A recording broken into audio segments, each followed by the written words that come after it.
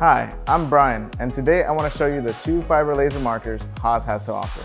The HL-50E and its big brother, the HL-50E-XT. Both are 50-watt fiber lasers and run on standard 110-volt power. They are capable of marking on most metallic materials, which means you can mark steel, stainless, aluminum, brass, iron, silver, and more. These markers utilize an optical fiber cable which produces a beam that is smaller, straighter, and more precise than other types of lasers. Here are some examples of parts that we've marked. You can see how sharp looking the text and lines are.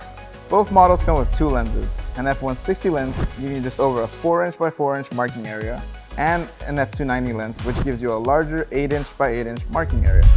The HL-50E can accommodate a part size of 13.8 inches by 17.7 inches and a weight of up to 176 pounds. The XT, 25.5 inches by 39.3 inches and 440 pounds. Additionally, the XT model comes with a manual X gantry which allows users to manually move the X axis, lock it into place, and mark larger parts that they were not able to do before on the HL-50E model. On the HaasTooling.com website, you'll find a cool graphic that shows the capacity difference between the two, so check it out.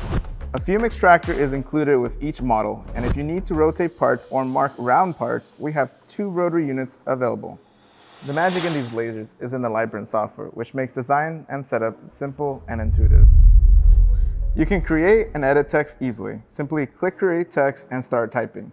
You can draw a number of different shapes using the primary shape command, freehand draw lines or shapes, and even import artwork in a variety of file formats like PDF, DXF, JPEG, SVG, and more.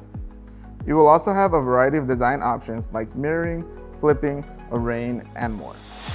Keep an eye on Haas Tooling website and on this YouTube channel. We'll be coming out with new lasers soon for marking woods and plastics.